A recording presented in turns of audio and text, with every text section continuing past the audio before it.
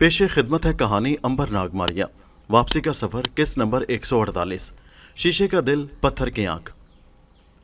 جو ہی بوڑھے انگریز کی کشتی طوفان کے شدید زور سے سمندری چٹانوں سے ٹکرا کر پاش پاش ہوئی، ناگ ایک دم سے انسان سے پرندہ بن کر آسمان کی طرف اڑ گیا۔ اوپر ہواؤں کا بہت زیادہ زور تھا، اس لیے ناگ نیچی پرواز کر رہا تھا، لیکن اس کے باوجود تیز اور تند ہواؤں کے آگے اس کی حیثیت ایک ذرے کے برابر تھی۔ جس طرف ہوا کا زور ہوتا وہ اسے اپنے ساتھ اڑا کر لے جاتی۔ ناگ کا انگ انگ دکھنے لگا تھا اور تمام اعضاء شل ہو گئے تھے۔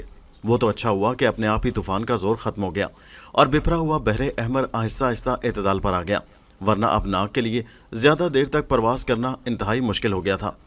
حالات اعتدال پر آئے تو وہ سمندر میں ابری ہوئی ایک چٹان پر بیٹھ کر اپنے حواس درست کرنے لگا۔ اسے معلوم تھا کہ امبر اور ماریا کا ارادہ ہسپانیہ جانے کا ہے۔ سمندر میں دور دور تک کسی جہاز کا پتہ نہ تھا۔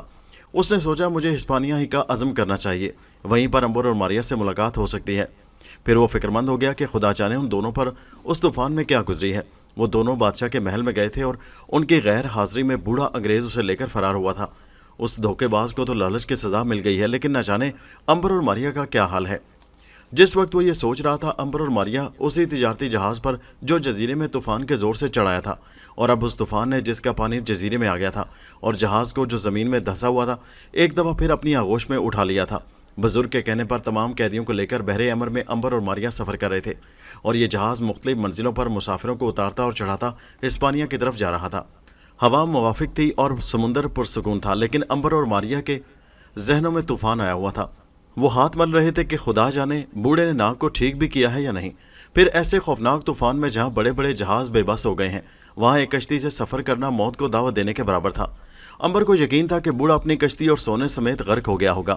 ناگ زندہ تھا ہوگا کیونکہ وہ مر نہیں سکتا، لیکن اگر وہ بوڑھا انگریز مر گیا تو ناگ کو ٹھیک کرنے کے لیے انہیں بڑی دشواری ہوگی۔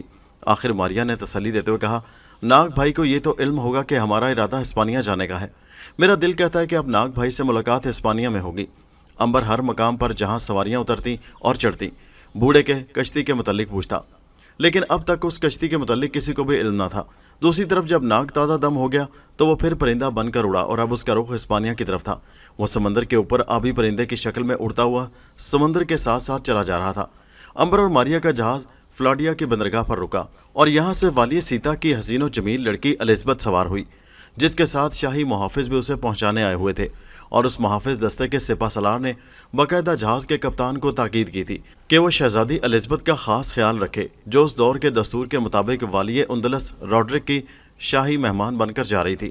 روڈرک گاتھ خاندان سے تعلق رکھتا تھا اور اندلس کا بادشاہ تھا، جس کے زیر حکومت کئی اندلسی ریاستیں تھیں، جن کے حکمرانوں کو حکومت کی طرف سے کاؤنٹ کا خطاب دیا جاتا تھا۔ انہی میں کاؤنٹ جولین سیتا کا حکمران تھا۔ گاتھ خاندان کا دستور تھا کہ امراء کو اور چھوٹی چھوٹی ریاستوں کے والیوں کو قبضے میں رکھنے کے لیے ان کے لڑکے اور لڑکیوں کو شاہی سرپرستی میں لے لیا کرتے تھے، جہاں ان کو آداب شاہی سکھانے کے لیے تعلیم و تربیت دی جاتی تھی۔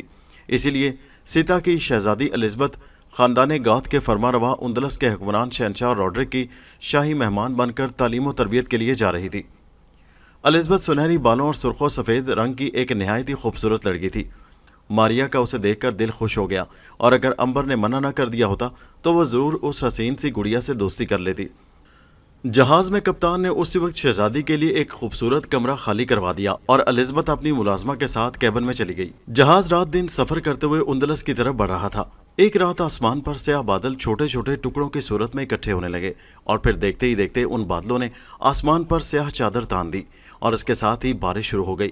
ماریا اور امبر جہاز کے عرصے پر کھڑے سمندر میں پڑتی اس بارش سے لطف اندوز ہو رہے تھے۔ ہوا میں کوئی تیزی نہ تھی، اس لیے کسی طوفان کا کوئی خدشہ نہ تھا۔ بارش نے جہاز کے چاروں طرف شیشے کی سی چادر تان دی تھی، اور بارش کے اس شیشے میں سے دور سمندر دھند میں تحلیل ہوتا ہوا نظر آ رہا تھا۔ دونوں بہن بھائی ہسپانیہ کے متعلق گفتگو کر رہے تھے، جس کا بڑا شہر اندلس تھا، اور جہاں جہاز جبرالٹر کی بندرگاہ پر جا کر واپسی کا سفر شروع کر دیتا تھا۔ اس شہر کے تاریخی مقامات کا ذکر ہو رہا تھا کہ جہاز کا کپتان امبر کو تلاش کرتا ہوا عرشے پر آیا اور بتایا کہ ایک جہاز کی روشنی قریب اسے دکھائی دے رہی ہے۔ رات میں کسی جہاز کو شناخت مشکل ہے، جبکہ چاروں طرف دھند چھائی ہوئی ہے۔ بہت ممکن ہے سمندری قزاقوں کا ہی کوئی جہاز ہو۔ میں نے عملے کو تیار رہنے کا حکم دے دیا ہے اور آپ کو مطلع کرنے کے لیے تلاش کر رہا تھا۔ अंबर ने कहा, हिफाजती इक़दामात अच्छी चीज़ है, लेकिन घबराने की ज़रूरत नहीं। जब हमने वो जहाज़ देख लिया है तो यकीनन उन लोगों ने भी हमारा जहाज़ देख लिया होगा, और अगर उनकी नीयत ठीक नहीं है तो वो ज़रूर उसके लिए हमको मुतला करेंगे कि वो क्या चाहते हैं। अभी ये बातें हो ही रही थी कि एक बड़ा सा बेड़ा जिसमें 50 के करीब आहन पोश, जो सर से लेकर पांव तक ज़ेरा में छुपे हुए थे, नेज़ों और तलवारों से लैस जहाज़ के करीब आते दिखाई दिए। अंबर ने कप्तान से कहा, आप जाकर अमले को बिल्कुल तैयार रहने का हुक्म दे दें, मुझे उनसे किसी भलाई की खुशबू नज़र नहीं आ रही। कप्तान घबराहट में बुड़बुड़ाता हुआ चला गया। मारिया ने कहा, तुम तो ख्वामखा घबरा गए हो अंबर भाई, हो सकता है वो किसी ज़रूरत के तहत ही हमारे पास आ रहे हों। अंबर ने कहा, मारिया बहन, ज़रूरत के तहत ज़ेरा बख्तर और हथियारों से लैस होकर कोई नहीं आता, और मुझे उनके इरादे नेक मालूम नहीं होते। फिर वो बेड़ा जल्दी ही जहाज़ के साथ आ लगा और उनके कमांडर ने हुक्म दिया, शहजादी एलिज़ाबेथ को हमारे हवाले कर दो। अंबर ने पूछा, क्यों? कमांडर ने कहा, यह पूछने की तुम्हें क्या ज़रूरत है? शहजादी एक मुसाफिर की हैसियत से सफ़र कर रही है, उनकी कोई जिम्मेदारी नहीं है तुम पर। अंबर ने जवाब में कहा, आप गलत कर रहे हैं कमांडर साहब, जहाज़ के अदना से अदना मुसाफिर की हिफाजत भी जहाज़ के कप्तान के फ़राइज़ में शामिल होती है। शहजादी तो फिर शहजादी है। कमांडर ने कहा, चेहरे से तुम अक्लमंद आदमी मालूम होते हो, पराई आग में कूदने से क्या फ़ायदा? एक फ़र्द के लिए पूरे जहाज़ को ख़तरे में मत डालो। हम बज़ोरे शमशीर शहजादी एलिज़ाबेथ को तुम लोगों से छीन कर ले जाएंगे। हमारे पास जंगी जहाज़ के अलावा बेहतरीन असलहा और तरबियत याफ्ता सिपाही मौजूद हैं। अंबर ने कहा, थोड़ा इंतज़ार करो, मुझे सोचने का मौका दो। कमांडर ने कहा, खूब सोच लो, लेकिन ये ख्याल रखना कि फ़ैसला नफ़ी में ना हो। अंबर शहजादी के पास आया, जो अपने कैबिन में थर थर काँप रही थी। उसने अंबर को मुल्तजी निगाहों से देखा। अंबर ने कहा, क्या आप बता सकती हैं ये लोग कौन हैं और आपको क्यों अगवा करना चाहते हैं?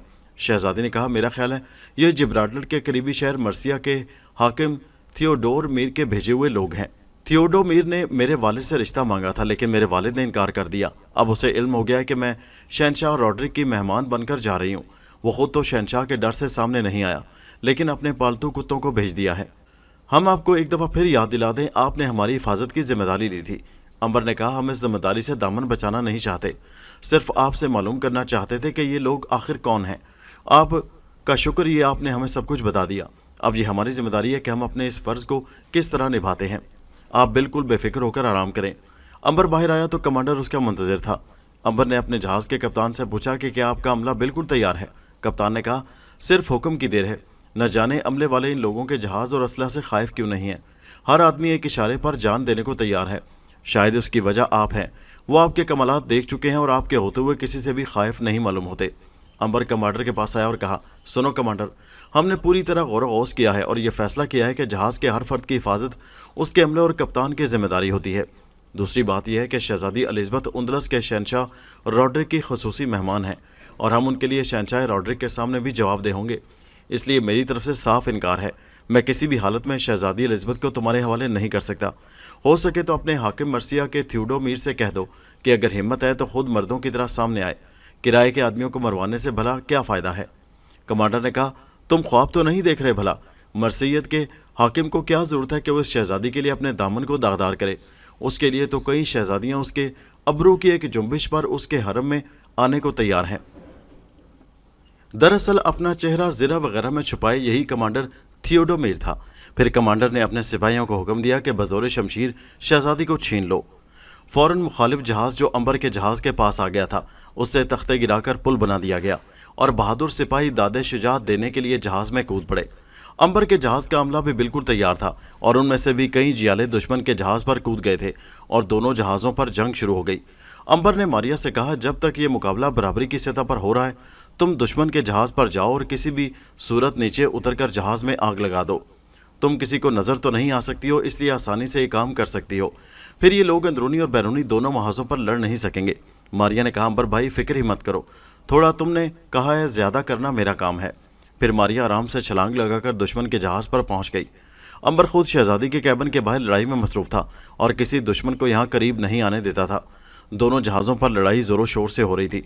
दुश्मन का कमांडर हैरान था कि एक आम जहाज़ पर ऐसे तरबियत याफ्ता सिपाही कहाँ से आ गए। लड़ाई उसके अंदाजे के खिलाफ मसावी हैसियत से हो रही थी। दोनों पार्टियों में से कोई भी पीछे हटने को तैयार न था। अंबर के जहाज़ का अमला तो सिर्फ अंबर की मौजूदगी की वजह से अपने आप को बहुत कुछ समझ रहा था और उस वजह से उनके दिल बढ़े हुए थे।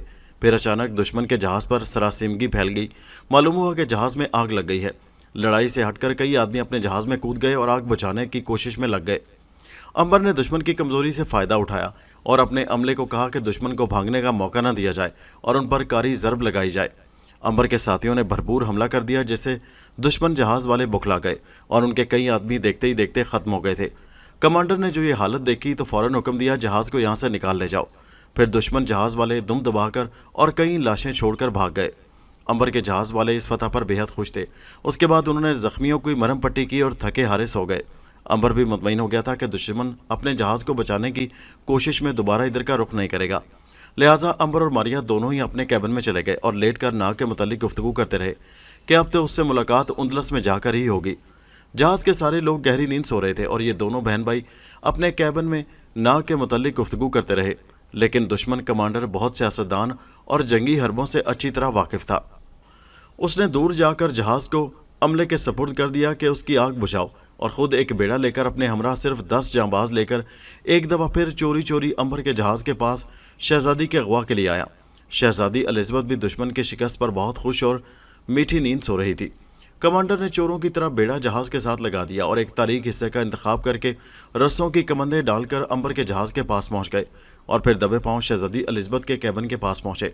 जहाज़ के सारे लोग गहरी नींद सो रहे थे।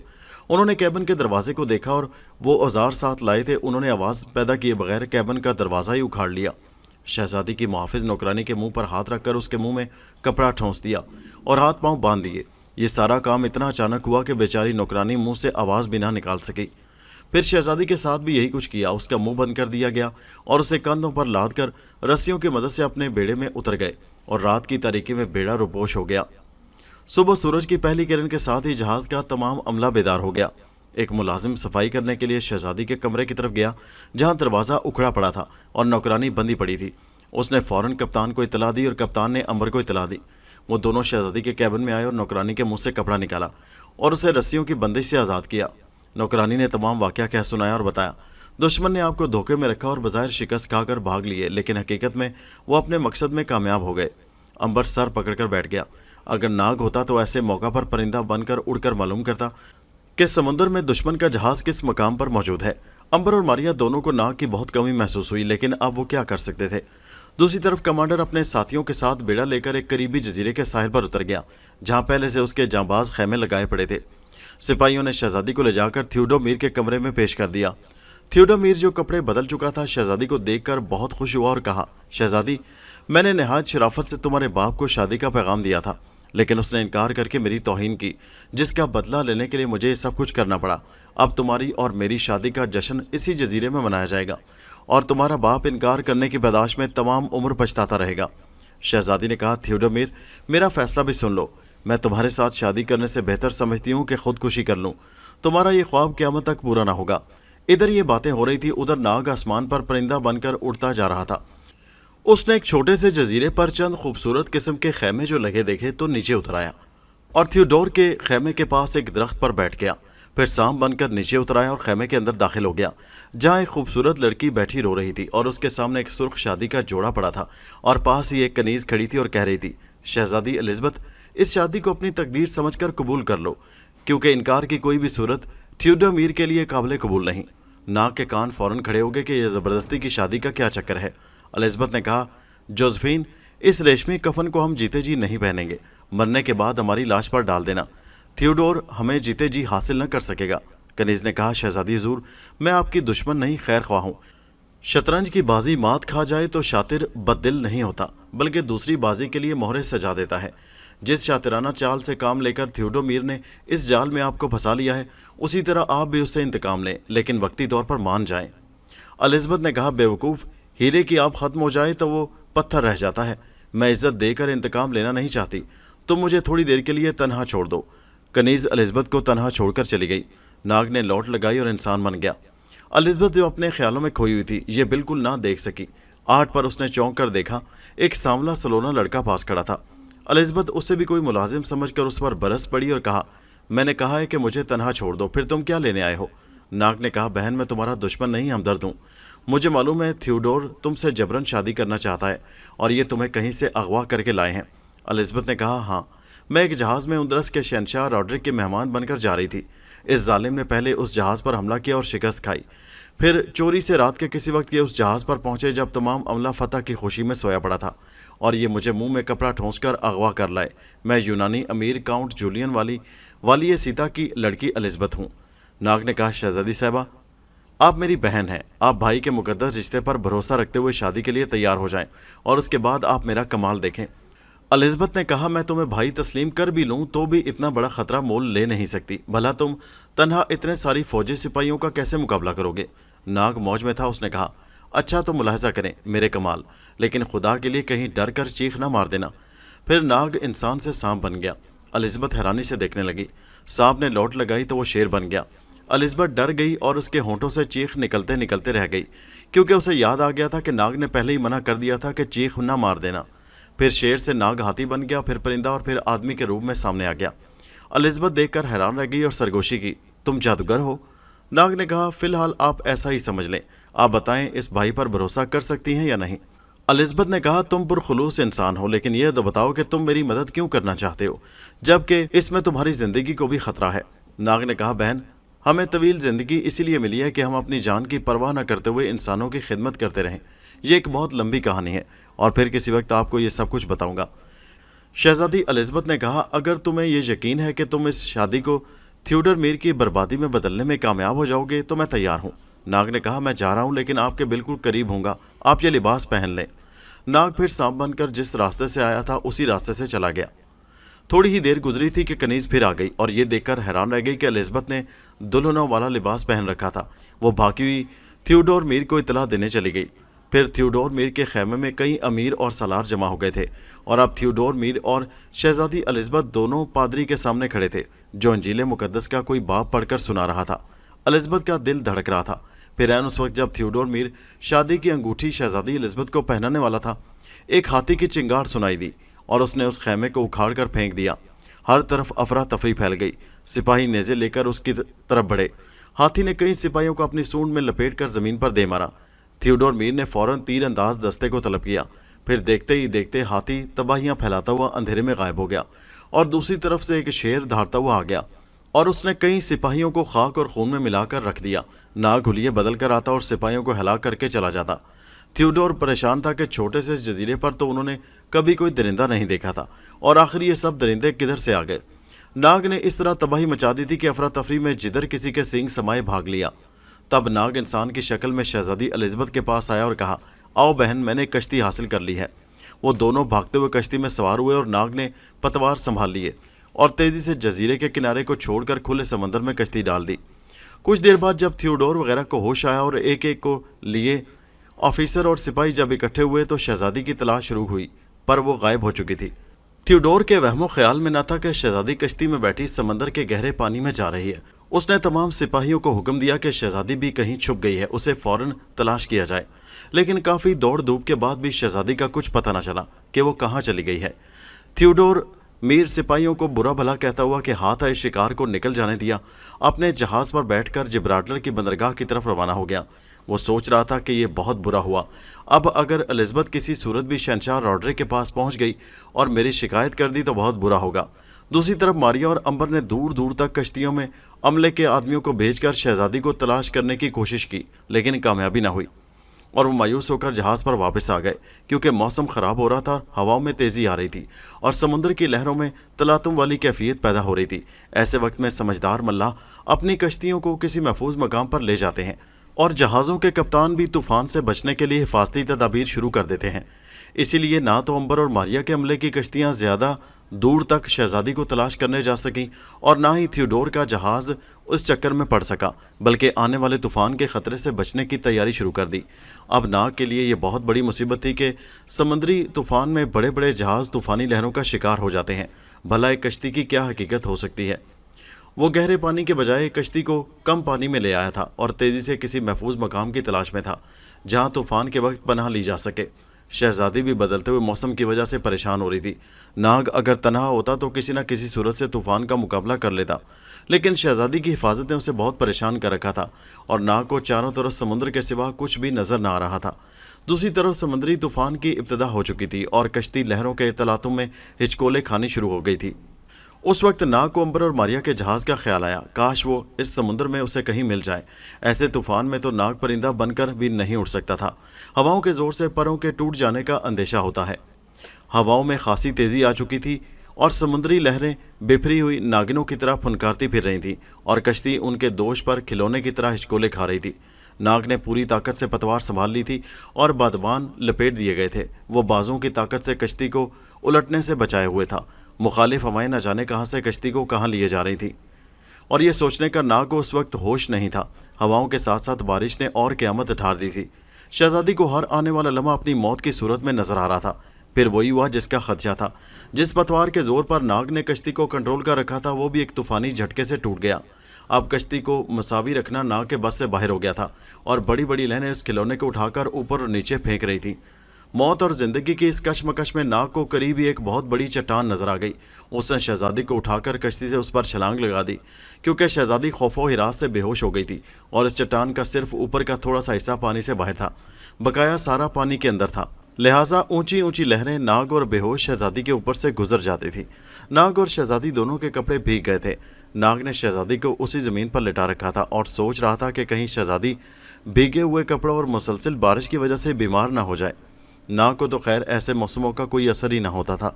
मुसीबत जब भी आती है तो तन्हा कभी नहीं आती। तूफान अपने पूरे शबाब पर ही था कि नाग को महसूस हुआ जैसे जलजला आ गया हो, क्योंकि उसके कदमों में ज़मीन में जुम्बिश पैदा हो गई थी। पहले तो वो उसे जलजला ही समझा, लेकिन जब ज़रा औसान बहाल हुए तो उस पर यह हकीकत आश्कार हुई कि जिसे वो समुद्री तूफान समझ रहा था वो दरअसल एक बहुत बड़ी मछली थी जो सांस लेने के लिए ऊपर आ गई थी और अब दोबारा तूफान से घबराकर काफ़ी गहरे और पुरसुकून पानी में नीचे ही नीचे चली जा रही थी। नाग परेशान हो गया। अब तो कश्ती की भी कोई खबर न थी। तूफान उसे उठाकर न जाने कहाँ ले गया था। ये तो अच्छा हुआ कि शहजादी अभी तक बेहोश थी और नाग ने उसे पकड़ रखा था, जबकि मछली पानी में अंदर ही अंदर चली जा रही थी। समंदर के काफ़ी नीचे जाकर पानी बिल्कुल साकित हो गया था और तूफानी कैफियत ऊपर ही रह गई थी। समुद्र की तह में नाग ने देखा कि एक नहायत आलीशान महल बना हुआ है, जिसके दरो दीवार हीरे और मोतियों से जगमगा रहे हैं, क्योंकि ये हीरे और मोती गुल बूटों की सूरत में महल की दरो दीवार में लगे हुए हैं। महल के दरमियान एक बाग सा बना हुआ था, जिसमें दरख्तों की जगह फूलों की जगह नीलम, पुखराज और फेरोजे के पत्ते लगे हुए थे, जो जुगनू की तरह जगमगा रहे थे। मछली एक बड़ी सी आर्च वाले दरवाजे के पास जाकर बैठ गई। नाग ने शहजादी को उठाया और पानी में तैरता हुआ उसके अंदर चला गया। फिर उसकी हैरत की ये देखकर इंतहा न रही कि आर्च के अंदर दाखिल होने के बाद जो महल और बाग उसे पानी में नजर आ रहा था वहाँ बिल्कुल खुश्की थी। पानी का नामो निशान तक न था, बल्कि ऐसा लगता था कि जादू के जोर से महल की चारदीवारी के बाहरी पानी को रोक दिया गया है, या फिर ये महल किसी शीशे की चारदीवारी में बना हुआ है। नाग ने शहजादी को एक संगे मरमर के बने हुए चबूतरे पर लिटा दिया और उसे होश में लाने की कोशिश करने लगा। उसी बाग में मुख्तलिफ रंगों के परिंदे भी थे जो अपनी मीठी आवाज़ में चहचहाते फिर रहे थे। नाग शहजादी के पास बैठकर उसके होश में आने का इंतजार करने लगा। परिंदों ने उनकी आमद पर बड़े ही सुरीले अंदाज में गीत गाने शुरू कर दिए थे। फिर वो खुदा जाने कहाँ से मुख्तलिफ किस्म के फल अपनी चोंचों में उठाकर ला रहे थे और उनके सामने ढेर करते जा रहे थे। नाग उस जादू की दुनिया की एक एक चीज़ पर हैरान हो रहा था। अब शहजादी को होश आना शुरू हो गया था और वो इस दुनिया को खराबी दुनिया समझकर आंखें बंद करना ही चाहती थी कि पास ही नाग को बैठा देखकर उठकर बैठ गई। और फिर उसके जहन में गुजरे हुए वाक़यात एक एक करके आने लगे और उसने कहा, नाग भाई, हम तो कश्ती में बैठे तूफान में घिरे हुए थे, फिर ये कौन सी जगह है? उस बाग के दरमियान में ज़्यूस देवता का एक बुत खड़ा हुआ था और दूर से देखने पर बुत की जगह गोश्त पोश का कोई इंसान नजर आ रहा था। नाग ने कहा, एलिज़ाबेथ बहन, ये इसरार तो अभी तक मुझ पर नहीं खुला कि हम कहाँ हैं। हमने कश्ती को तूफान में छोड़कर समुद्र में उभरती हुई एक चट्टान पर छलांग लगा दी थी। तुम बेहोश थी और मैंने तुम्हें उस चट्टान पर लिटा दिया था। फिर एकदम वो चट्टान हरकत में आ गई और मुझ पर यह हकीकत वाज़ेह हो गई कि जिसे मैं चट्टान समझ रहा था वो हकीकत में एक बहुत बड़ी मछली थी, जो तूफान से घबराकर हम दोनों को अपनी पीठ पर लादे समुद्र की तह में ले आई। मैंने उस महल को देखा और तुम्हें उठाकर तैरता हुआ इस आर्च के अंदर आ गया, लेकिन यहाँ आकर मालूम हुआ कि ये महल पानी के अंदर ज़रूर बना हुआ है, लेकिन शायद जादू के ज़ोर से पानी को महल के चारों तरफ रोक दिया गया है। इस बुत को देखकर मैंने पहचान लिया है, यह ज़्यूस देवता का बुत है। मैंने अपने बचपन में अपनी नानी अम्मा से सुना था कि ज़्यूस समंदर का देवता है और उसने अपनी महबूबा हुस्न की देवी अफ्राडांटी के लिए समुद्र के अंदर एक महल बनवाया था, जहाँ दुनिया के हंगामों से दूर रहकर वो इस महल में रहा करते थे। कल जो बात कहानियों की सूरत में सुनी थी, आज हकीकत की सूरत में देख रहा हूँ। इस वाक़या को गुजरे हुए हज़ारों साल हो गए हैं। तब चारों तरफ से बरबत के तारों से भूटने वाला नगमा फ़ज़ा में बिखर गया और हर तरफ खुशबू फैल गई और ज़्यूस देवता के बुत में हरकत हुई और देवता मुस्कुराते हुए सामने आ गए और कहा, नाग, समुद्र का देवता तुझे अपने महल में खुश आमदीद कहता है। मैंने तुझे कश्ती में तूफान में घिरा हुआ परेशान देखा तो मैंने मछली को हुक्म दिया था कि इन दोनों को हमारा मेहमान बनाकर ले आ। जानता है क्यों? इसलिए कि जिस यूनान का मैं हज़ारों बरस से देवता हूँ, एलिज़ाबेथ उसी यूनान के एक शहर सीता के फरमा रवा काउंट जूलियन की बेटी और शहजादी है। एलिज़ाबेथ ने अपने आबाउजदाद के देवता ज़्यूस को देखा और ताज़ीम से सर झुकाते हुए कहा, अजीम देवता, यूनान की एक बेटी का सलाम कबूल फरमा। ज़्यूस ने मुस्कुराते हुए कहा, एलिज़ाबेथ, मुझे कसम है अपनी अजमत की, तो बिलाशुबा अपनी माँ अफ्राडांटी की तरह हसीन है। ये फल तुम्हारी दुनिया के फलों से कहीं ज़्यादा लजीज और मीठे हैं। नाग को तो खाए पिए बगैर भी जिंदा रह सकता है, लेकिन एलिज़ाबेथ बेटी, तुम भूखी हवा नहीं खाओ। ये 5000 साल पुराना मिस्री नाग तुम्हारा अच्छा मुहाफ़िज़ साबित होगा। तब नाग ने कहा, अजीम देवता, मेरा भाई अंबर और बहन मारिया भी समुद्र में सफ़र कर रहे हैं। मुझे कुछ उनके मुतालिक भी बताओ कि अब उनसे कब और कहाँ मुलाकात होगी। ज़्यूस देवता ने कहा, अंबर और मारिया दोनों एक जहाज़ में उंदलस की तरफ जा रहे हैं। तुम्हारी मुलाकात उसी मुल्क में होगी। तब शहजादी एलिज़ाबेथ ने फल खाने शुरू कर दिए तो देवता ने कहा, समुद्र का तूफान ख़त्म हो चुका है। जब तक तुम्हारा जी चाहे इस महल की सैर करो। जब जाना चाहो तो इसी जगह से मछली पर सवार हो जाना, वो तुम्हारा इंतज़ार कर रही होगी।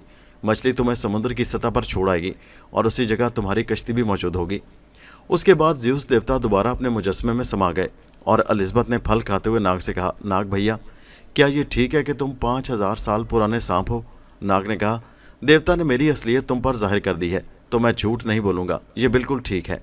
एलिज़ाबेथ ने कहा, फिर तो तुमने हज़रत ईसा अलैहिस्सलाम को भी अपनी आंखों से देखा होगा।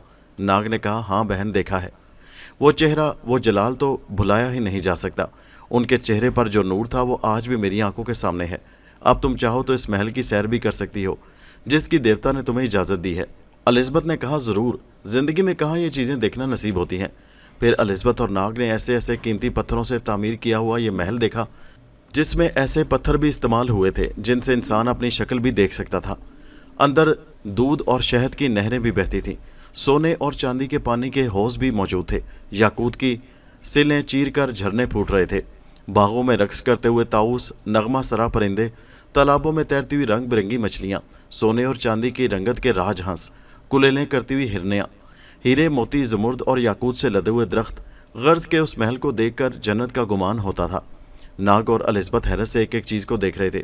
आखिरकार दोनों उसी आर्च के पास आए जिससे अंदर दाखिल हुए थे। बाहर वही बड़ी मछली बैठी हुई थी। दोनों उसकी पीठ पर सवार हो गए और मछली समुद्र के पानियों को चीरती हुई गुजरने लगी। समुद्र के अंदर भी शहजादी और नाग ने अजीबो गरीब मखलूक, जानवर, पहाड़ और ऐसे ऐसे नज़ारे देखे जिससे उनकी तबीयत बहाल हो गई। तब मछली ने उन्हें पानी की सतह पर लाकर छोड़ दिया। पास ही उनकी कश्ती ठीक हालत में मौजूद थी। दोनों मछली से अपनी कश्ती पर सवार हो गए। तब मछली ने दोबारा पानी में डुबकी लगाई और समुद्र में गायब हो गई। पानी की सतह बिल्कुल साकत थी और हवा भी मुवाफिक चल रही थी। और एक दफ़ा फिर दोनों ने उंदलस की बंदरगाह जिब्राल्टर का रुख किया। अब अंबर और मारिया की तरफ चलते हैं। जिस वक्त नाग और एलिज़ाबेथ ज़्यूस देवता के महल में थे उस वक्त समुद्र का तूफान ख़त्म हो चुका था। अंबर ने शहजादी की तलाश में अमले के कई आदमियों को कश्तियों में मुख्तलिफ सिमतों में रवाना कर दिया था। मारिया भी अपनी बिसात के मुताबिक तलाश में मसरूफ़ रही, लेकिन शहजादी का पता फिर भी मालूम ना हो सका। हो भी कैसे सकता था? शहजादी तो ज़मीन दोस्त दुनिया में पहुंची हुई थी। आखिर थक हार कर वो भी उंदलस की तरफ रवाना हो गए। तूफ़ान ख़त्म होने के बाद थियोडोर मीर ने भी सारा समुद्र छान मारा, लेकिन नाग और शहजादी का उसे कुछ भी मालूम ना हो सका। थियोडोर मीर बड़ा परेशान था कि अगर शहजादी शहनशाह रॉड्रिक के पास पहुंच गई तो उसका सारा पोल खुल जाएगा और फिर ये भी मुमकिन है कि उस पर शहनशाह का इताब नाजिल हो जाए, क्योंकि एलिज़ाबेथ कोई मामूली लड़की ना थी, शहजादी थी और फिर शाही दावत पर वहाँ जा रही थी। उधर नाग और एलिज़ाबेथ तेज़ी से कश्ती पर सफ़र करते हुए जिब्राल्टर की बंदरगाह पर पहुँच गए थे, जिसकी वजह एक तो कश्ती हल्की थी, दूसरे हवा मुवाफिक चल रही थी और नाग ने बादबान खोल दिए थे। तीसरे, नाग ने पतवार भी इस्तेमाल करनी शुरू कर दी थी। वो घंटों का सफ़र मिनटों में तय करते हुए जिब्राल्टर की बंदरगाह पर पहुंच गए, जहां कई जहाज़ लंगर अंदाज थे। नाग ने भी अपनी कश्ती किनारे लगाकर बांध दी और शहजादी को लेकर समुद्र से बाहर आ गया, लेकिन वहां पहले ही से थियोडोर मीर के गुर्गे मौजूद थे, जिन्होंने दोनों को गिरफ्तार कर लिया। फिर अपने ख़ास दस्ते के हमरा एक फ़र्जी दास्तान मोहब्बत के ख़त के साथ एलिज़ाबेथ को रॉड्रिक के पास भेज दिया, जिसमें नाग और एलिज़ाबेथ की झूठी मोहब्बत का जिक्र था। नाग को जेल खाने में डाल दिया गया, लेकिन वो जेल खाने से सांप बनकर निकल गया और परिंदा बनकर उड़ गया। कई दिनों की मुसाफत के बाद थियोडोर मीर का भेजा हुआ दस्ता एलिज़ाबेथ को लेकर मर्सिया से तेस्तार पहुंच गया, जहां थियोडोर मीर की नसीहत के मुताबिक शहनशाह रॉड्रिक को वो ख़त फ़ौरन पहुंचा दिया गया और एलिज़ाबेथ को शाही मेहमान खाने में एलिज़ाबेथ की मुलाकात ही शहनशाह से न होने दी गई। रॉड्रिक ने जब हुक्म मर्सिया थियोडोर का ख़त पढ़ा तो उसे एलिज़ाबेथ और नाग की मोहब्बत का दास्तान पढ़कर बहुत अफसोस हुआ और फिर उसी रात को उसने मेहमान खाने से शहज़ादी एलिज़ाबेथ को तलब किया। एलिज़ाबेथ ने शहनशाह से मुलाकात होते ही थियोडोर मीर की शिकायत कर दी, लेकिन बादशाह ख़त पढ़ चुका था और इस शिकायत को इंतकामी कार्रवाई समझकर टाल गया। यही मकसद थियोडोर का था जो अपनी चाल में कामयाब हो गया था। मगर जब शहनशाह रॉड्रिक ने एलिज़ाबेथ को देखा तो उसके हुस्न से इतना मरूब हुआ कि अपने दिल में उस हसीना से शादी का इरादा कर लिया जिसके दिल में पहले से इश्क का अलाव भड़क रहा था। ये ख्याल रॉड्रिक का था, वरना शहज़ादी एलिज़ाबेथ तो हूरों की तरह मासूम थी। उस बदबख्त थियोडोर मीर ने शहनशाह की नज़रों में एलिज़ाबेथ का किरदार मशकूक बना दिया था और शहनशाह रॉड्रिक अपने दिल में उस हसीन लड़की को मलका बनाने का पक्का इरादा कर चुका था। दूसरी तरफ अंबर और मारिया का जहाज़ जिब्राल्टर की बंदरगाह पर लंगर अंदाज हुआ। जिन मुसाफिरों ने यहाँ उतरना था वो उतर गए, क्योंकि यहाँ से जहाज़ दोबारा बम्बई शहर यानी हिंदुस्तान जाना था। कप्तान और जहाज़ के अमले ने अंबर का शुक्रिया अदा किया और बड़ी मोहब्बत से उसे अलविदा कहा, क्योंकि मारिया तो उन्हें नज़र ही आ ही नहीं सकती थी और यही वजह थी कि वो अंबर को तन्हा ही समझ रहे थे। बहरहाल अंबर और मारिया दोनों बंदरगाह पर उतरकर शहर मर्सिया में दाखिल हो गए, जिसका हाकम थियोडोर मीर था। उस शहर में आकर सबसे पहले अंबर ने सराय में तलाश की और वहाँ डेरा डाल लिया।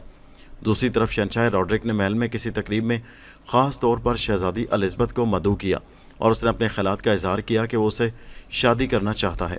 एलिज़ाबेथ अपनी बाप की उम्र के शहनशाह रॉड्रिक के इरादे को देखकर उसे साफ तौर पर कह दिया कि वह शहनशाह को अपने बाप की तरह समझती है। बाप और बेटी में शादी मुमकिन नहीं।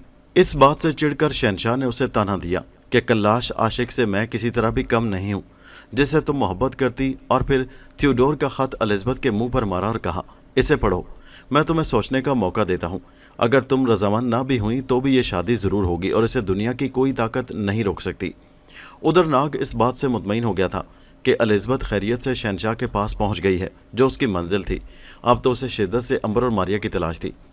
दूसरी तरफ अंबर और मारिया उसी शहर में होते हुए नाग को तलाश करते फिर रहे थे, क्योंकि उन्हें यकीन था कि नाग यहाँ ज़रूर आएगा, क्योंकि नाग को अंबर और मारिया के प्रोग्राम का इल्म था। एक रोज़ अंबर और मारिया लौटकर सराय में आए। उसका मालिक एक नहायत ही शरीफ और मुखलिस बूढ़ा ईसाई था जो अंबर की बेहद इज्जत करता था और कहता था, तुम्हारे चेहरे पर मुझे वही नूर दिखाई देता है जो इंसान को खुदावंद के करीब ले जाता है। ये सच्चाई, इंसानी खिदमत, अच्छे इखलाक के लोगों को खुदा बख्शता है। अंबर ने देखा कि एक फ़ौजी सिपाही उस बूढ़े कमज़ोर को अपने जूते की ठोकरों से मार रहा है। अंबर का खून खोल गया। उसने मुलाजिम से पूछा तो मुलाजिम ने बताया, ये यहाँ के हाकिम थियोडोर मीर के शाही दस्ते का सिपाही है।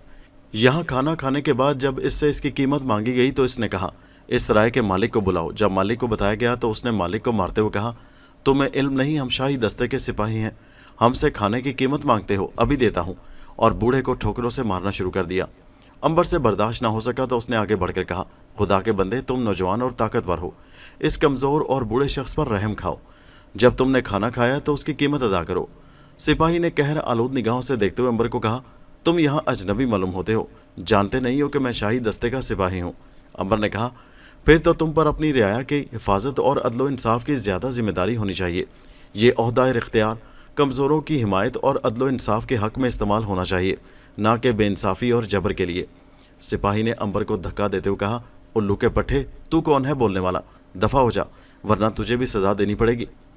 अंबर के बाप को उल्लू कहकर उस सिपाही ने अपने अज़ल को आवाज़ दे मारी थी।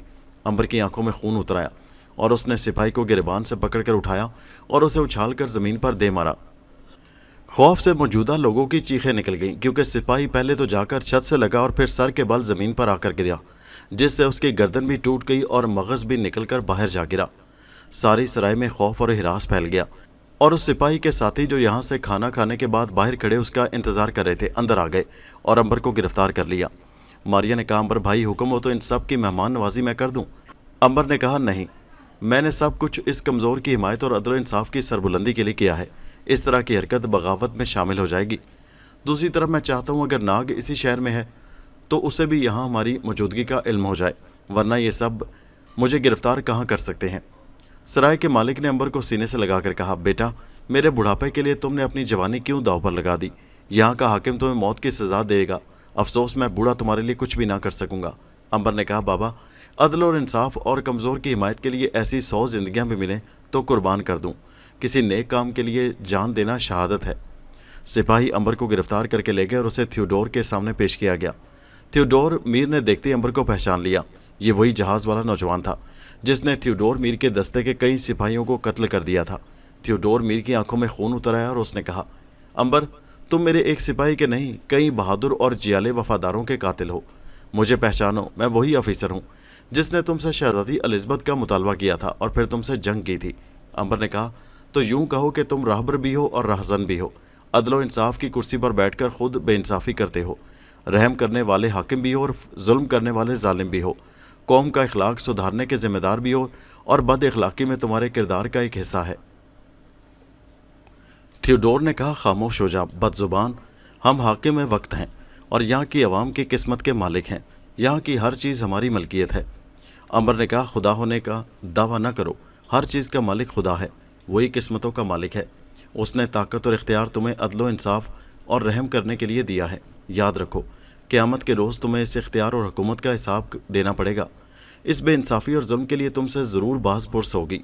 تھیوڈور میر نے کہا، اس سے پہلے تمہارے ساتھ انصاف کیا جائے گا. لے جاؤ اسے اور کل سریعام اس شہر کے بڑے چوک میں اسے سولی پر چڑھا دو. یہ ایک آدمی کا نہیں، ہمارے کئی وفادار سپاہیوں کا قاتل ہے. سارے شہر میں یہ خبر جنگل کی آگ کی طرح پھیل گئی کہ ایک باغی اور قاتل نوجوان امبر کو کل سریعام بڑے چوک میں پھانسی دی جائے گی. پھر بھلا ناگ کے کانوں تک یہ خبر کیوں نہ پہنچ جاتی کہ سرائے میں کل جو قتل ہوا تھا وہ امبر نہیں کیا تھا. اس کا مقصد ہے کہ ماریا ضرور اسی سرائے میں ہوگی. تب ناگ سرائے میں پہنچ گیا اور حال کمرے میں جا کر بیٹھ گیا جہاں لوگ کھا پی رہے تھے. خادم نے آ کر پوچھا تو اسے وقت گزارنے کے لیے چائے کا کہہ دیا. دراصل اس نے ماریا کی خوشبو سونگھ لی تھی. وہ خود تو ناگ کو نظر نہیں آ سکتی تھی جب تک خود ہی ناگ کو اپنی موجودگی کا نہ بتائے. پھر خادم نے چائے کی پیالی ناگ کے سامنے رکھ دی. اس نے پیالی کی طرف ہاتھ بڑھایا ہی تھا کہ پیالی غائب ہو گئی. ناگ نے مسکرا کر کہا، ماریا بہن. ماریا نے کہا، ناگ بھیا، خدا کا شکر ہے میں تمہیں پھر سے اصلی حالت میں دیکھ رہی ہوں. امبر بھائی اور میں تمہارے لیے بہت پریشان تھے. ناگ نے کہا، یہاں لوگ کافی ہیں اور مجھے خود سے ہی باتیں کرتے دیکھ کر حیران ہو رہے ہیں. یہاں سے کسی اور جگہ چلو. ماریا نے کہا، باہر ایک باغ ہے، وہیں چلتے ہیں. پھر ناگ نے چائے کی قیمت ادا کی اور دونوں بہن بھائی قریبی باغیچے میں جا بیٹھے. ناگ نے اپنی تمام کہانی سنائی اور پھر دونوں میں امبر کا ذکر چھڑ گیا. ماریا نے بتایا، تمہیں تلاش کرنے اور مطلع کرنے کا یہی ایک طریقہ تھا. پھر ناگ نے بتایا کہ تمہارے جہاز سے الزبتھ کو اغوا کرنے کے بعد کیا واقعات گزرے اور کس طرح اس نے الزبتھ کو اس ظالم تھیوڈور سے بچایا اور جیل سے فرار ہونے تک کا قصہ ماریا سے بیان کیا. ماریا نے کہا، مجھے الزبتھ بڑی اچھی لگتی تھی. اچھا ہوا کہ وہ شہنشاہ روڈرک تک حفاظت سے پہنچ گئی. پھر ماریا نے بتایا، کل صبح وہ امبر بھائی کو پھانسی پر چڑھا دیں گے. حاکم شہر نے اعلان کیا کہ 3 دن تک اس کی لاش سولی پر لٹکتی رہے گی. ہم کل رات ہی اپنے بھائی کو لے کر یہاں سے اندلس چلے جائیں گے. الزبتھ تمہیں بھی جانتی ہے اور امبر بھائی کو بھی. اب اس دفعہ ناگ بھائی تم میری بھی ملاقات اس پیاری سی شہزادی سے کروا دینا. میں اس سے بھی اپنی سہیلی بنا لوں گی. کیوں نہیں، ناگ نے کہا. بس امبر بھائی سے ملاقات ہو جائے پھر ہم کل تینوں ہی یہاں سے روانہ ہو جائیں گے. نیند تو ان لوگوں کو آتی ہی نہیں تھی. دونوں بہن بھائی کافی دیر کے بچھڑے ملے تھے، لہٰذا دونوں نے رات اسی باغیچے میں باتیں کرتے گزار دی. سفید سحر نمودار ہوئی اور روشنی نے اندھیرے کی جگہ لے لی. آسمان نے سیاہ دوشالہ اتار کر سفید چادر اوڑھ لی. سب شجر و طیور خدا و واحد کی عبادت میں مصروف تھے. ناگ اور ماریا نے اپنے بقایا وقت شہر کی سیر کر کے گزار دیا. دوپہر سے لوگ بڑے چوک میں اکٹھے ہونے شروع ہو گئے تھے جہاں پر امبر کو پھانسی دی جانے والی تھی. ناگ اور ماریا بھی وہاں پہنچ کر اپنے بھائی کا انتظار کرنے لگے. سپہر کے وقت سپاہی زنجیروں سے جکڑے ہوئے امبر کو لے کر اس شہر کی سڑکوں سے گزرنا شروع ہوئے. امبر کو ایک لوہے کے پنجرے میں بند کر رکھا تھا جو ایک گھوڑا گاڑی میں رکھا تھا اور سپاہی اسے قید خانے سے لے کر بڑے چوک تک لا رہے تھے. سڑکوں پر کافی بھیڑ بھاڑ تھی. لوگ قیدی کو دیکھنے کے لیے ایک دوسرے پر گرے پڑ رہے تھے اور گھڑ سوار سپاہی ہنٹر مار مار کر لوگوں سے سڑک خالی کروا رہے تھے. گاڑی آہستہ آہستہ چوک کی طرف سفر کر رہی تھی اور بالآخر گاڑی مجمع کو چیرتی ہوئی انسانوں کے اس سمندر کے درمیان میں سے گزر کر پھانسی کے چبوترے تک پہنچی گئی. تاحد نگاہ بھیڑی بھیڑ نظر آ رہی تھی. سڑکوں کو چھوڑ کر مکانوں کی بالکونیاں اور چھتیں تک بھری پڑی تھیں. ماریا اور ناگ بھی ایک کونے میں کھڑے تھے. پھر قانون کے مطابق شاہی دستے کے آفیسر نے اپنی موجودگی میں امبر کو پنجرے سے نکالا اور سپاہی اسے زنجیروں سمیت پھانسی کے چبوترے پر لائے. آفیسر نے اپنے ہاتھوں سے پھانسی کا پھندا اس کے گلے میں ڈال دیا اور خود ہٹ کر کھڑا ہو گیا. لوگوں کے شور میں کان پڑی آواز سنائی نہ دے رہی تھی. پھر اس نے سپاہیوں کو حکم دیا، اس کے پاؤں کے نیچے سے تختہ ہٹا لیا جائے. حکم کی تعمیل ہوئی اور امبر ایک جھٹکے کے ساتھ ہی لٹک گیا. پھانسی کی رسی اس کے گلے میں پھنس چکی تھی اور وہ فضا میں لٹک گیا تھا۔ امبر نے جان بوجھ کر اپنی حالت مردہ سی بنا لی تھی اور لوگ اسے مردہ سمجھ کر واپس جانے لگے تھے، لیکن ناگ اور ماریا کو پتا تھا کہ اصل حقیقت کیا ہے۔ تمام دنیا کی رسیاں اکٹھی ہو کر بھی اسے سزا نہیں دے سکتی تھیں۔ بھیڑ چھٹنے لگی اور سوائے پہرے پر کھڑے 4 سپاہیوں کے تمام لوگ اپنے اپنے گھروں کو چلے گئے۔ ناگ اور ماریا بھی رات کے انتظار میں شہر کی سیر کو چلے گئے، کیونکہ یہاں سے فرار آدھی رات سے پہلے ممکن نہ تھا۔ امبر نے رات ہوتے ہی اپنے ہاتھ پاؤں زنجیروں سے آزاد کر لیے تھے۔ چاروں پہرے دار گھوم پھر کر لاش کے چاروں طرف پہرا دے رہے تھے۔ چوک کے صرف ایک کونے میں چراغ روشن تھا اور جگہ کے اعتبار سے بڑی کم روشنی تھی۔ امبر کو جو شرارت سوجی تو اس نے قریب سے گزرتے ہوئے ایک سپاہی کے ہاتھ بڑھا کر اس کے سر پر ایک چپت رسید کر دی۔ سپاہی نے حیرت سے مڑ کر دیکھا۔ دوسرا سپاہی اسے تھوڑے فاصلے پر مڑ کر ادھر آتے دکھائی دیا۔ پہلے سپاہی نے کہا، نیوٹن، میں نے تم سے کتنی بار کہا ہے کہ ڈیوٹی پر مجھ سے مذاق نہ کیا کرو۔ دوسرے نے کچھ نہ سمجھتے ہوئے کہا، ہنری، میرا تمہارا مذاق کا رشتہ ہے، تم میرے سالے ہو اور میں تمہارا بہنوئی ہوں۔ نیوٹن نے کہا، یہ رشتہ تو گھر پر ہے، ڈیوٹی پر تو ہم دونوں ہی ایک عہدے پر فائز ہیں اور ڈیوٹی پر مجھے یہ مذاق اچھا نہیں لگتا۔ اب جب باری نیوٹن کی تھی، وہ جب گھوم کر لاش کے پاس سے گزرا تو امبر نے ہاتھ بڑھا کر ایک طاقتور قسم کا ہاتھ اس کے سر پر بھی جما دیا۔ نیوٹن نے غصے سے دیکھا تو ہنری تھوڑے ہی فاصلے پر مڑ کے ادھر ہی آ رہا تھا۔ نیوٹن نے کہا، سالے صاحب، یہ ڈیوٹی ہے، آپ کی بہن کا گھر نہیں۔ بہنوئی کے چپت مارتے ہوئے تمہیں شرم آنی چاہیے۔ ہنری نے کہا، مجھ پر بہتان نہ لگاؤ، یہی کام تم پہلے سر انجام دے بیٹھے ہو، مجھے چپت مار کر اب مجھ پر ہی الزام لگا رہے ہو۔ نیوٹن نے کہا، میں نے تمہیں کب چپت ماری ہے؟ ہنری نے کہا، تھوڑی دیر پہلے۔ نیوٹن نے کہا، اسی لیے تم نے جلدی ہی مجھ سے بدلہ لے لیا، حالانکہ میں قسم کھا کر کہتا ہوں یہ کام میرا نہیں۔ ہنری نے کہا، یسوع کی قسم، میں نے بھی تمہیں چپت نہیں ماری ہے۔ ادھر یہ بحث ہو رہی تھی کہ دوسرے 2 سپاہی آگے پیچھے باتیں کرتے ہوئے امبر کے قریب سے گزرے۔ ایک نے کہا، یہ سالے بہنوئی ڈیوٹی پر بھی لڑتے رہتے ہیں، جانے گھر پر ان کا کیا حال ہوگا۔ امبر نے موقع دیکھ کر، جبکہ پچھلا سپاہی زمین پر بیٹھ کر اپنا جوتا کسنے میں لگا تھا، اگلے سپاہی کے ایک چپت رسید کر دی۔ اگلا سپاہی جب غصے سے مڑا تو اس وقت پچھلا سپاہی جوتے کو کس کر اٹھ چکا تھا۔ اگلے سپاہی نے کہا، جان، میرا تمہارا تو سالے بہنوئی کا رشتہ نہیں، پھر تم نے میرے ساتھ کیوں مذاق شروع کر دیا؟ پچھلے نے کہا، تم خود میرے سالے ہوگے، زبان سنبھال کر بات کرو۔ پیچھے والے نے، جس کا نام پیٹر تھا، اگلے والے سپاہی جان کو گریبان سے پکڑ لیا اور کہا، مجھے گالی دیتے ہو؟ ادھر وہ سالہ بہنوئی بہت گرم تھے۔ آخر بہنوئی نے کہا، میں آج ہی تمہاری بہن کو طلاق دے دوں گا۔ اس بات پر مشتعل ہو کر سالے نے ایک زوردار مکہ بہنوئی کو کھینچ مارا۔ امبر لڑائی دیکھ کر ہنس رہا تھا اور یہ چاروں سپاہی آپس میں دستوں گریبان تھے۔ امبر نے آرام سے گلے کی رسی کو توڑ پھینکا اور پھانسی کے پھندے سے آزاد ہو کر چبوترے پر سے اتر آیا۔ چاروں سپاہیوں نے اب تلواریں نکالنی تھیں اور ایک دوسرے کو قتل کی دھمکی دے رہے تھے۔ امبر نے قریب آ کر انہیں سمجھاتے ہوئے کہا، بھائیو، یہ تلواریں تو وطن کے دشمنوں کے لیے ہوتی ہیں، ایک ہی مذہب اور ایک ہی شہر کے ہو، تم بھائی بھائی ہوتے ہوئے مت لڑو۔ یہ چاروں سب کچھ بھول چکے تھے۔ ان میں سے ایک نے غصے سے کہا، تم کون ہو بیچ میں بولنے والے؟ اس کے اتنے ہی ہمدرد ہو کہ طلاق کے بعد اس کی بہن سے شادی کر لینا، پھر کیا تھا؟ سالے نے اپنے بہنوئی پر تلوار سے بھرپور وار کر دیا۔ دوسری طرف بھی تلواریں نیاموں سے نکل آئی تھیں۔ امبر نے انہیں بھی سمجھایا کہ بھائی آپس کی لڑائی اچھی نہیں، لیکن وہ امبر کی طرف دیکھے بغیر ہی چلانے لگے، یہاں سے بھاگ جاؤ ورنہ ہم پہلے تمہارا سر اڑا دیں گے۔ امبر نے کہا، تم چاروں جہنم میں جاؤ، اور جلدی سے ایک طرف روانہ ہو گیا۔ پھر جب گشتی پولیس کا دستہ ادھر سے تلواروں کی آواز سن کر گزرا تو انہوں نے دیکھا کہ پھانسی پانے والے کی لاش غائب تھی اور چاروں محافظ آپس میں تلوار چلا رہے تھے۔ آفیسر نے ان چاروں کو روک کر کہا، بدبختو، آپس کی لڑائی میں یہ بھی خبر ہے کہ لاش کدھر گئی؟ ان چاروں نے پھانسی والے چبوترے کی طرف دیکھا تو ٹوٹی ہوئی رسی فضا میں جھول رہی تھی اور لاش غائب تھی۔ آفیسر نے حکم دیا، اپنے ہتھیار میرے حوالے کر دو اور چاروں اپنے آپ کو حراست میں سمجھو، کل صبح عدالت میں تمہارا فیصلہ ہو جائے گا۔ امبر ناگ اور ماریا کی تلاش میں سرائے میں آیا تو وہ دونوں وہاں موجود نہ تھے۔ اس نے کپڑے سے اپنا منہ ڈھانپ رکھا تھا تاکہ لوگ اسے پہچان کر ہراساں نہ ہو جائیں، اور انتظار کرنے لگا کہ شاید باہر گئے ہوں گے، واپس آ جائیں گے۔ ادھر ماریا اور ناگ جب رات کے وقت چوک میں پہنچے تو وہاں سے امبر اور سپاہی سب غائب تھے۔ ناگ چبوترے پر چڑھ کر رسی کو دیکھ ہی رہا تھا کہ چند گھڑ سوار ادھر سے گزرے۔ انہوں نے جو لاش کے بجائے پھندے کی رسی کو پکڑے ناگ کو دیکھا تو اتر کر پاس آ گئے۔ ان کا آفیسر شاید کسی قسم کے نشے میں تھا۔ اس نے تلوار ناگ کے سینے پر رکھ کر کہا، تمہاری لاش کو پھندے میں جھولتے میں نے اپنی آنکھوں سے دیکھا تھا، پھر تم زندہ کیسے ہو گئے ہو؟ کمال کے آدمی ہو یار تم۔ ماریا جو ذرا فاصلے پر کھڑی تھی، اسے اس بیوقوف پر ہنسی آ گئی۔ آفیسر نے غصے سے مڑ کر سپاہیوں سے کہا، کس نے ہنس کر میرا مذاق اڑایا ہے؟ سب سپاہی سہم گئے اور سب نے کہا، ہم میں سے کسی کی یہ مجال نہیں ہے جناب۔ آفیسر نے کہا، اگر پھر کسی نے یہ گستاخی کی تو جان سے مار ڈالوں گا۔ پھر ناگ سے کہا، ذرا اپنا کمال ہمیں بھی تو دکھاؤ یار۔ اس نے سپاہیوں کو حکم دیا، ذرا ایک دفعہ پھر اس کے گلے میں رسی کا پھندا ڈالو۔ سپاہی اتر کر آ گئے۔ ناگ گھبرا گیا۔ ماریا کو جو شرارت سوجی تو اس نے چراغ جس سے برائے نام روشنی تھی بجھا دیا۔ اندھیرا چھا گیا۔ وہ ناگ کے قریب آئی اور اس کے کان میں کہا، اس آفیسر کو لے جاؤ اور اسے اپنے کپڑے پہنا کر اس کے خود پہن لو۔ ماریا کی شرارت پر ناگ بھی ہنس پڑا۔ پھر اس سے پہلے کہ کوئی سپاہی دوبارہ چراغ روشن کرے، ناگ نے آفیسر کے منہ پر ہاتھ رکھ کر اس کے منہ میں کپڑا ٹھونس دیا اور اپنا لباس اسے پہنا دیا، اور پھر اس کا لباس خود پہن لیا۔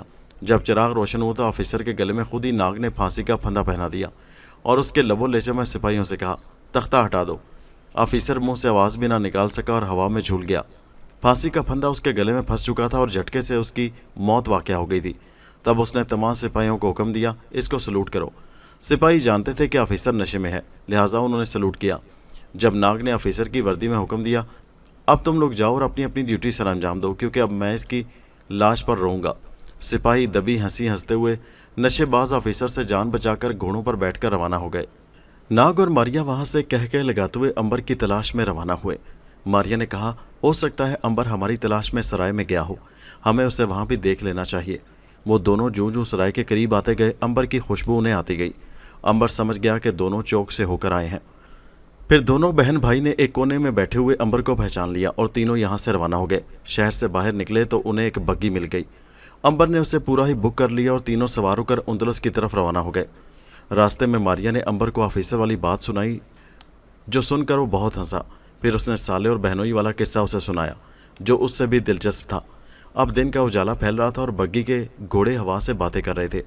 ناگ نے اپنی تمام کہانی بوڑھے انگریز کی کشتی غرق ہونے سے لے کر الزبتھ کو بچانے تک کے حالات بتا دیے۔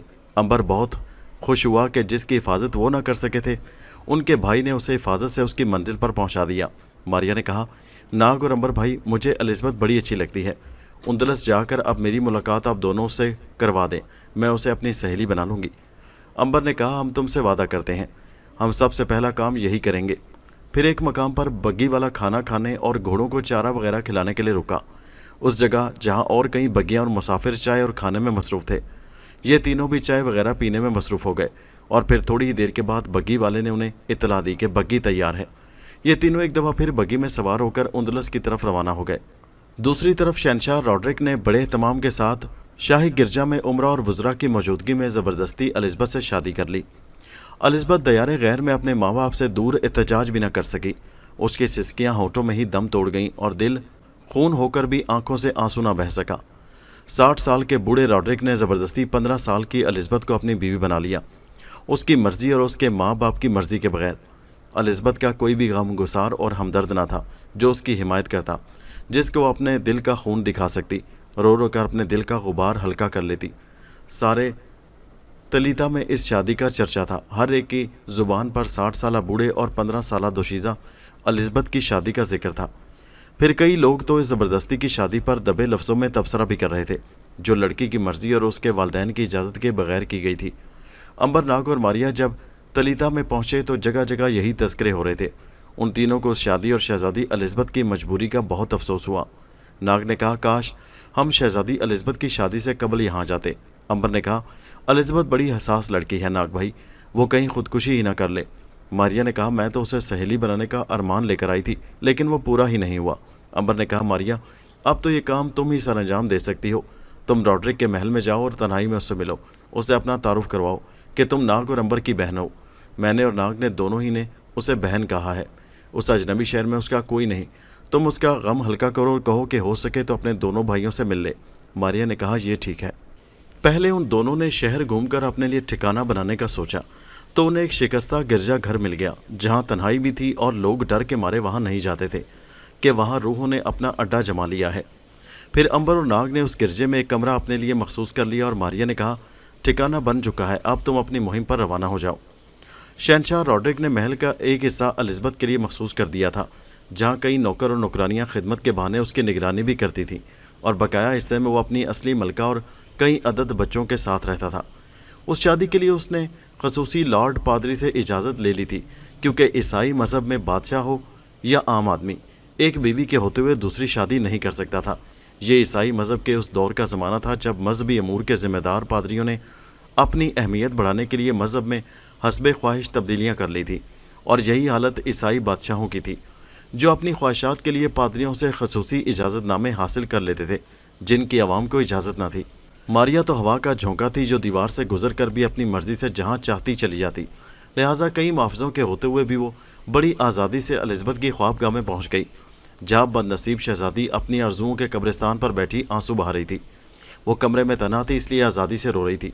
वो सामने दीवार पर बनी हुई हज़रत ईसा अलैहिस्सलाम की शबीह से मुखातिब थी, जो सलीब पर चढ़े हुए थे, और वो कह रही थी, फादर, अजनबी देश में इन जालिमों ने मुझे भी अपनी ख्वाहिशात की सलीब पर चढ़ा दिया है। फादर, तुम तो सलीब से उड़कर आसमानों की बादशाहत में चले गए, लेकिन मुझे तो इस सलीब पर सारी ज़िंदगी तड़प तड़प कर गुजारनी है। मारिया खुद ईसाई मज़हब से ताल्लुक़ रखती थी। उसकी आंखों में आंसू आ गए। फिर उसके साथ ही उसके जहन में ये बात उसने एलिज़ाबेथ के कान में सरगोशी की और कहा, शहज़ादी, तेरी फरियाद खुदावंद ने सुन ली है। एलिज़ाबेथ ने हैरानी और खौफ के मिले जुले तासुरात के साथ पीछे मुड़कर देखा। उसको कोई नज़र नहीं आई, और वो इसे अपना वहम समझते हुए एक दफ़ा फिर तशबीह से मुखातिब हो गई, जिस पर हज़रत मरियम अलैहिस्सलाम मौजूद थी। उसने कहा, मुकद्दस माँ, कांटों की सेज पर तमाम उम्र गुजारना मेरे बस की बात नहीं, मुझे अपने पास बुला लो। माँ, मेरा कोई भी अपना नहीं।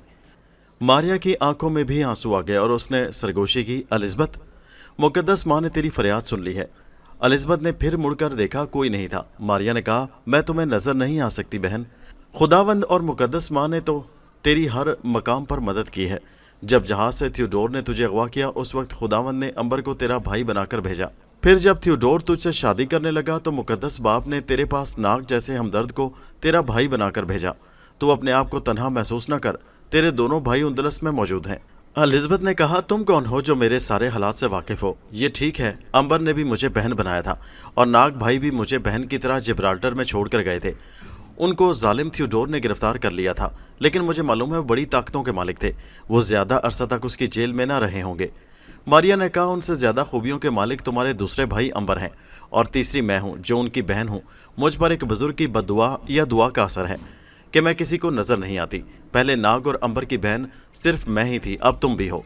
एलिज़ाबेथ ने कहा, मुझे तुम पर एतमाद है, इसलिए कि तुम्हें सारे हालात का इल्म है। तुम्हारा नाम क्या है बहन? मारिया ने जवाब दिया, मेरा नाम मारिया है। एलिज़ाबेथ, तुम मुझे अपनी बड़ी बहन समझो। एलिज़ाबेथ ने कहा, नाग और अंबर कहाँ हैं? मारिया ने कहा, वो शहर से बाहर रूहों वाले पुराने गिरजा घर में गए हैं। उन्होंने ही मुझे तुम्हारे पास भेजा है। उन्हें इल्म है कि रॉड्रिक ने ज़बरदस्ती तुम्हारे साथ शादी कर ली है, लेकिन अफसोस उन्हें इल्म उस वक्त हुआ जब ये शादी हो चुकी थी। अगर तुम्हें कोई वक्त मिल सकता है तो उनसे मिल लो। एलिज़ाबेथ ने कहा, मैं तो यहाँ कैदियों की ज़िंदगी बसर कर रही हूँ बहन। हो सके तो नाग और अंबर भैया से कहो कल रात महल के इस बाग में आधी रात को मुझे मिले। मैं तुम्हें वो हौज़ दिखा दूंगी जो संगे मरमर का बना हुआ है। वहाँ रात को अंधेरा ही रहता है, और छुपने के लिए बड़ी बड़ी झाड़ियाँ भी मौजूद हैं। महल के उस हिस्से पर पहरा भी नहीं होता, क्योंकि उस समत दरिया बहता है और उसके चौड़े पाट को पार करके वहाँ पहुँचना मुश्किल है। लेकिन मुझे इल्म है कि उन दोनों के लिए कोई भी बात मुश्किल नहीं। मेरे दिल में इंतकाम के अलाव दहक रहे हैं, और जिस बूढ़े सांप ने मेरी जवानी को डस लिया है, मैं उसका सर कुचल देना चाहती हूँ। मारिया ने रोती हुई एलिज़ाबेथ को सीने से लगा लिया। तब जाकर एलिज़ाबेथ को मारिया के जिस्म का एहसास हुआ। फिर मारिया ने उसके आंसू पोंछे और कहा, अब रो नहीं मेरी बहन, जिस तरह तुम चाहोगी वैसा ही होगा। एलिज़ाबेथ ने कहा, बहन मारिया, तुम्हें तो कोई देख नहीं सकता, तुम मेरे ही साथ रहो, मेरा दिल लगा रहेगा, और मैं अपने दुख तुमसे बयान करके दिल का बोझ हल्का कर लिया करूंगी। मारिया ने कहा, तुम फिक्र ना करो, अब मैं नाग और अंबर को इस मुलाकात के मुतालिक बताऊं, फिर मशवरे से जो तय होगा वही करेंगे। कल आधी रात को हम तीनों बाग में मिल रहे हैं। एलिज़ाबेथ उसे बालकनी तक लाई और ऊपर ही से उसे मुलाकात वाली जगह दिखा दी। मारिया ने देखा कि यहाँ के नौकर नौकरानियाँ तो साए की तरह उसके पीछे लगी रहती थीं। मारिया वहाँ से निकलकर सीधी रूहों वाले पुराने गिरजा घर में पहुँची, जहाँ नाग अंबर दोनों ही उसका शदीद इंतज़ार कर रहे थे। उसने शहज़ादी एलिज़ाबेथ की दर्द भरी दास्तान का एक एक लफ्ज़ उन दोनों को सुनाया, और फिर एलिज़ाबेथ से आधी रात को मिलने के लिए कहा। अंबर नाग दोनों ने कहा, हम उस मजलूम बहन से मिलने ज़रूर जाएंगे। दूसरी तरफ रॉड्रिक एलिज़ाबेथ के पास बैठा हुआ था और कह रहा था, तुम्हारी कनीज़ों ने हमें बताया कि तुमने अपने आप से बातें करनी शुरू कर दी हैं। ये क्या पागलपन है? उन्होंने बार बार देखा, तुम्हारे सिवा कमरे में कोई नहीं था, फिर तुम किससे बातें करती रही हो? एलिज़ाबेथ ने कहा, इसका जवाब तो शहंशाह ने खुद ही दे दिया है। मैं अपने आप से बातें करके दिल बहलाती हूँ। मेरा यहाँ कोई रिश्तेदार या माँ बाप तो है नहीं, फिर किससे बातें करूँ? खुद ही सवाल करती हूँ, खुद ही जवाब देती हूँ। शहंशाह ने हंसकर कहा, इस तन्हाई का इलाज भी जल्दी ही हो जाएगा, अगर तुम चाहो तो। एलिज़ाबेथ ने कहा, भला मैं क्यों ना चाहूँगी? रॉड्रिक ने कहा, तो फिर ये एक नन्हा मुन्ना खिलौना अपने लिए पैदा कर लो। एलिज़ाबेथ ने शर्माकर सर झुका लिया और साथ ही उसकी आंखों से छम छम आंसू बहने लगे। शहंशाह ने कहा, हम तुमसे वादा करते हैं, बच्चे की पैदाइश के बाद हम तुम्हें अपने वालिदैन से मिलने यूनान भी भेज देंगे। अब इस मुलाकात को जितनी जल्दी चाहो तुम कर लो। मैं शिकार पर जा रहा हूँ, शायद रात बाहर ही गुजारनी पड़े। तुम अपनी खास कनीज़ को अपने कमरे में सुला लेना। फिर रॉड्रिक ने कहा, तुमने आज तक किसी चीज़ की ख्वाहिश नहीं की, बताओ वापसी पर तुम्हारे लिए कौन सा तोहफा लाएं। एलिज़ाबेथ ने टालने के लिए कह दिया, जब बगैर किसी ख्वाहिश के हर चीज़ मौजूद है तो फिर शहंशाह से क्या मांगूं। शहंशाह ने कहका लगाते हुए कहा, हम जानते हैं कि अभी हम मलका के दिल में अपना असली मकाम हासिल नहीं कर सके, लेकिन हम नाउमीद नहीं। शहंशाह चला गया तो एलिज़ाबेथ ने हिकारत के साथ ज़मीन पर थूक दिया और कहा, दरिंदे, किसी की हसरतों का खून करके, ज़बरदस्ती किसी को पामाल करके उससे मोहब्बत की तवक्को रखना सरासर बेवकूफ़ी नहीं तो और क्या है। बूढ़े खरांट, तू मेरे जिस्म को पामाल कर सकता है, लेकिन मेरी रूह तुझसे इंतकाम लेने के लिए बेचैन है। फिर जलती हुई एलिज़ाबेथ की तरह शाम होते ही चिराग भी जल उठे। उधर नाग और अंबर ने महल में दाखिल होने के लिए तमाम मंसूबों पर अच्छी तरह गौर व फिक्र करते हुए ये तय किया कि उन्हें सिर्फ दरिया पार करके ही महल में दाखिल होना चाहिए, क्योंकि बकाया हर जगह पर सख्त पहरा था और कोई चिड़िया भी पर नहीं मार सकती थी। यहाँ दरिया का बहाव बहुत तेज़ था, गहराई कम थी और जगह जगह नोकीले पत्थर मौजूद थे। पाट भी काफ़ी चौड़ा था, कश्ती यहाँ काम न दे सकती थी। पैदल गुजरना इंतहाई मुश्किल था, क्योंकि पानी का जोर पाँव जमाने ही नहीं देता था, और अगर एक दफ़ा पाँव उखड़ गए तो मीलों तक जिस्म पत्थरों से टकरा टकरा कर कीमा बन जाता था। कश्ती तो एक कदम भी नहीं चल सकती थी, फ़ौरन नोकीले पत्थरों से टकरा कर पैंदे में से सुराख हो जाता और कश्ती पानी से भर कर डूब जाती। इन सारे इम्कानात पर गौर करके नाग ने एक तरकीब निकाल ली। उसने कहा, अंबर, तुम जानते ही हो मैं नाग हूँ और अपनी जिस्मानी जिसामत जितनी चाहूँ घटा बढ़ा सकता हूँ। मैं सांप बनकर अपने जिस्म को दरिया के पाट के बराबर कर सकता हूँ, यानी मेरी दुम अगर इस किनारे पर होगी तो सर दूसरे किनारे पर होगा। तुम मेरे जिस्म को रस्सी की तरह पकड़कर पैदल ही दरिया पार कर जाना। जहाँ कहीं भी तुम्हारा पाँव पानी के ज़ोर से उखड़ जाए, मेरा जिस्म तुम्हें पानी में बहने से रोक सकता है और मेरे जिस्म को पकड़कर ही तुम दरिया पार कर जाओ। अंबर ने कहा, वाह नाग, लाजवाब तरकीब है। मैं बड़ी आसानी से तुम्हें रस्सी की तरह पकड़कर दरिया पार कर जाऊंगा।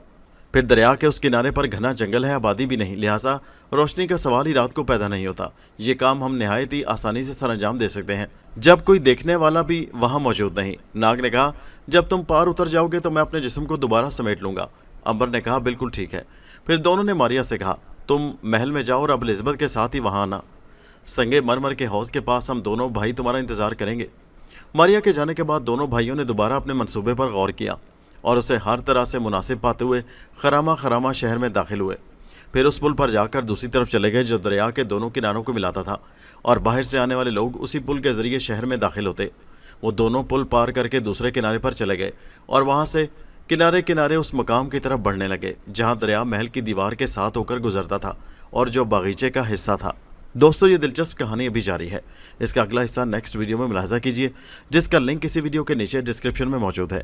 उस लिंक पर क्लिक कीजिए और पहुंच जाइए इस कहानी के अगले हिस्से पर, और हमारे चैनल हैदर वाइज को सब्सक्राइब कीजिए। शुक्रिया।